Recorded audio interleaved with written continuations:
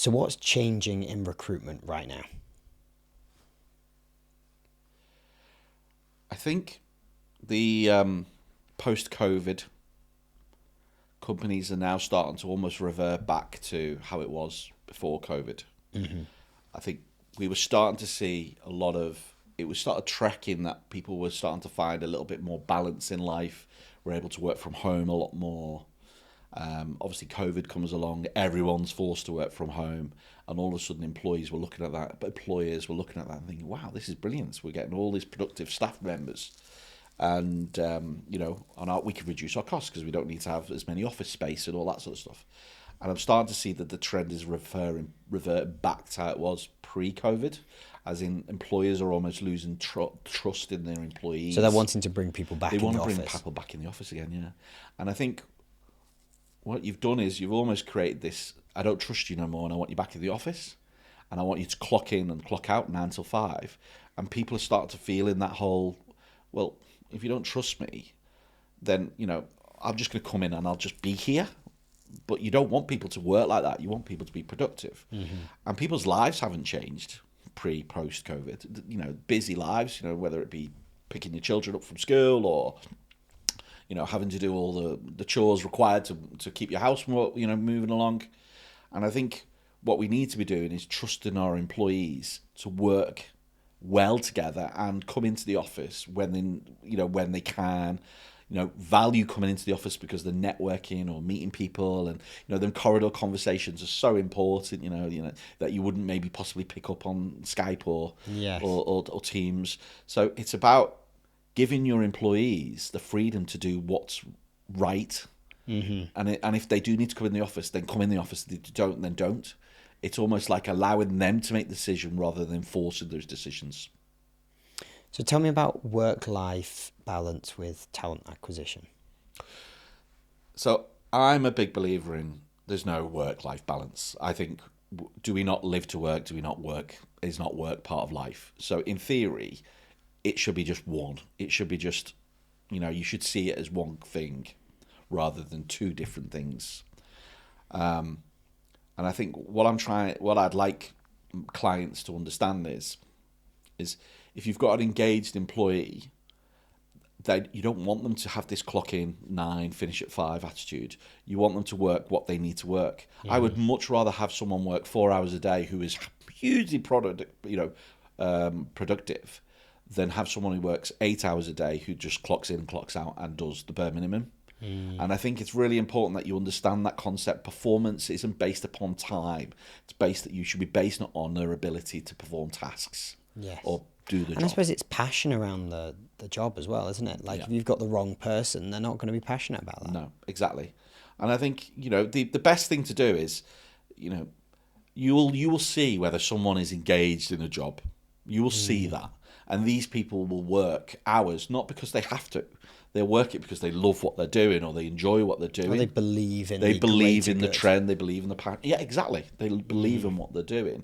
If you've got someone who is, a job, it's just a job to them, Yes. then they are going to start at 9, they're going to finish at 5 because ultimately they want to get to where their passion lies, which is maybe, whatever they do after working hours.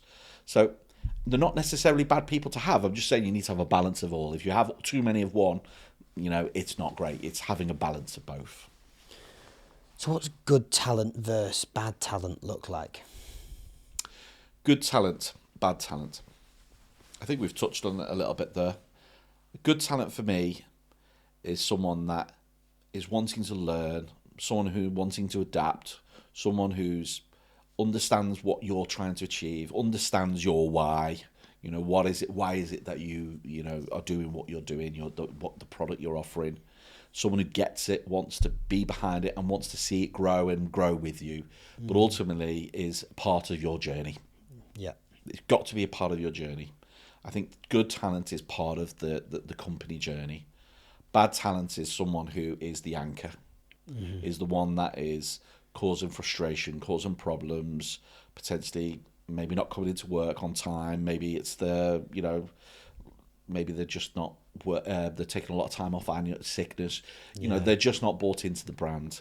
And I think they're the people that you've got to find ways to either empower them or feel them part of the brand, or make the decision of letting them go. And don't be afraid to make that decision. And performance management is key in any organisation.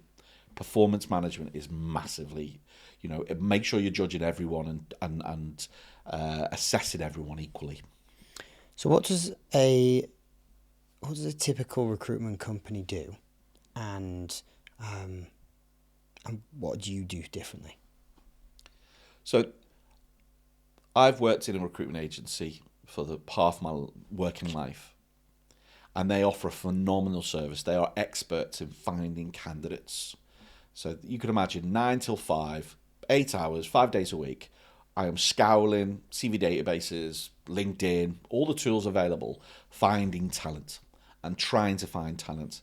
And then once you find them, it's trying to encourage them to leave in order to make, we're ultimately, the sales. The bottom line, recruitment agency is a sales company, and they're trying to make money, right? Bad practices typically happen. They'll put them in the front door and take them out the back door. It happens a lot in recruitment. And there's little crafty ways that we can do that, right? But ultimately, bottom line is a recruitment agency is a pass-on CV service. They pass you CVs and say, here you go, here's 4 CVs. Tell me which one you want. And then once you've decided who you want, and bear in mind you'll have to do that, you then are charged typically 15, 20, 25%, depending on the agency you've got. What Aspire to Grow do is different. It's an in-house recruitment solution. So you come to me and say, Gary, or Aspire to Grow, I'd like you to help me with recruitment. And then what we do is we help you shape the job description, the job advert, make sure what you're projecting out there is reflective of your brand. We help you decide where best to go out looking for talent. So, there's risks involved with that. It might be that we go to a recruitment agency because they're going to add a value to our process. It's not to say we're against using recruitment agency, not at all. They are a fantastic resource to find talent. But then we take it further than what they do. We help you make the decision. We help you with the interview process. We professionalize the way you do recruitment. So every person that comes to you touches your brand. So these people, if they have a bad experience with you, they're going to go back onto the market and say, I wouldn't go near that company again because of X, Y, and Z. So we've got to be really realistic about how we protect that as well. So we help you with that. And that's big with social media, right? Like 100%. Like if somebody can go online and they can make a viral video about how your recruitment process was terrible. Yes. Like that can spoil your whole brand. And so you need to make sure your recruitment process is clean, sharp, end to end. People are taken care of and not ghosted, right? Yeah, we're seeing a lot more of that on LinkedIn now, more than ever. And I can see why. So there is 2 sides to this argument. What is ghosting? So ghosting is basically when someone applies for a job. And bearing in mind, if I apply for a job, if you're doing it right, I've probably tailored my CV. So I've spent time to make my CV look good for the job. I've then thought about the covering letter that I want to add. So I want to add this is me, this is why you should consider me, these are all my key strengths, all that sort of stuff. So you've spent time and then you've submitted an application to a business, right? What happens is you'll then never hear back. Or you might get after 3 days, you've not been selected. Sorry, we've had loads of applications, right? And it is heart-wrenching because you've targeted that company. You truly believe that role is right for you because you've got the right skills. I've experienced this myself, and it's heart-wrenching. And you're thinking, oh my God, there can't be anyone else out there who's got better experience as me. I tick every box that they've said they wanted, and they've not come back to me and at least had a chat with me. You were one person on a massive list. Well, there's that. I think there's numerous reasons. One is it might be that someone who's assessing the CVs isn't qualified. So imagine if it's I'm just using an example, it could be a recruitment junior that's basically assessing all the candidates and they don't understand the role enough. They're judging a CV. You've got to remember, the biggest issue for me is, and why I don't understand why companies don't do more, is if this individual has even a relevance of, say, 80% of the job, pick up the phone and have a chat with them for 20 minutes. Because you're going to know whether or not they're a rounded individual very quickly. 20 minutes. Have a 20-minute chat with them, informal. Recruiters should be picking up the phone with everyone, even if it's 40 people. 20-minute chats with them all. So do you help with that? Do you do advice? So this is it. So Aspire to Grow is about understanding we don't judge people on CVs. I know from fact that some of the best people I've ever hired in my jobs are not because they're really good at writing a CV. It's because I looked at the CV and said, look, this guy looks good. Let's not judge him on his CV writing skills, but he definitely has what we're looking for. Yeah. Well, this lady, give them a call, have a chat with them. I have had so many conversations where the CV's been average. I've picked up the phone and gone, that is a superstar. Yeah. Just based upon my chat with them. And likewise, I phoned someone up who has an immaculate CV and gone, oh my God, that person's, not the greatest talent. Yeah. So please don't judge an individual on their CV writing ability. Pick up the phone, speak to people. We are people. Treat them like people. So loads of companies are getting complaints about ghosting, right? Yeah. From from the company's perspective, what are they doing wrong? Why are they ghosting all these people and tainting their brand with it? Okay, couple of reasons that I think it happens. One is there's definitely a lot more scattergun approach with candidates applying for roles now. So as well as you have these people who have spent time putting together applications or whatever, you've also got other people who don't. They just apply for every job, relevant or not. So someone who's got, I don't want to put anything down, but say someone like a window cleaner is applying for an accountancy job. It just, why? So there's so many applications that are coming into a business now. It's really hard for a business to respond to every single application. And I think some just slip through the net and some doesn't go through. So there is an element of volume is a big issue. I think the team that are assessing the candidates are probably more often than not qualified. They're looking for keywords. So, you've got someone who's a recruitment admin who's not a technical expert in the field that they're recruiting, and they're just keywording it. Do you know what I mean? Looking for keywords. Oh, they don't have the same keywords I'm looking for. He's a no. So they don't understand the role and the culture of the business and what they're actually looking for. So it's probably the wrong people that are assessing the CVs. Okay, so I've got another interesting question is, why is it wrong to assess a big batch of CVs with AI? How could you accidentally pre-filter too early? Oh, that is something that is definitely going to be more problem. I think a lot of the applicant tracking systems, they pass CVs across now. So you put your CV in, it picks up all the relevant information, puts it onto a database, and then it skills you accordingly. And this is all AI generated. And I think the worry is that people start making almost robotic CVs to make sure that they are, top of the list and all that sort of stuff. And we are getting away from we're getting less human interaction and we're becoming more automated. Recruitment, at the end of the day, has to have human interaction. It's got to have, as an example, like I said before, someone's ability to write CVs shouldn't be the reason that they get an interview.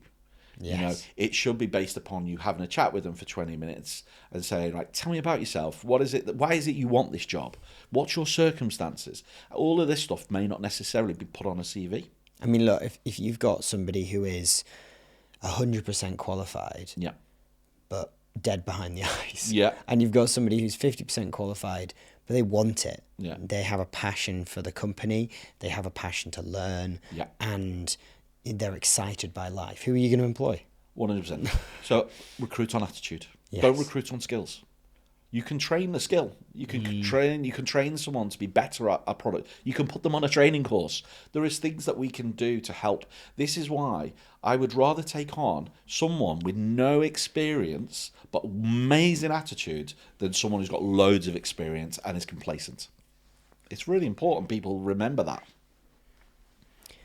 So I suppose just to cap this off, I think going back to our first question, why are people trusting their employees less in a short statement? I think they're not close enough.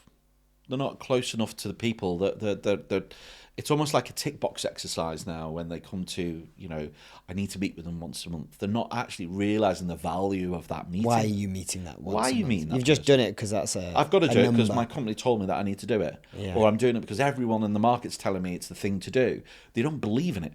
they have to believe in the reason for meeting that person is to have that sort of connection and sort of get a sense of where they are in this. Coming back to what we said before, where are they at the moment? Are they going through any challenges in their personal life? You wouldn't get that. Do you know what I mean? Unless you're meeting with them on a semi-regular basis. Find out where they want to aspire to get better. If the areas of skills that they want to improve on. You do not get that unless you're meeting with your individuals on a regular basis and getting that sort of touch point and truly care about what you're hearing. You've got to have empathy with these people, not sympathy. It's really important that you treat the people like the people.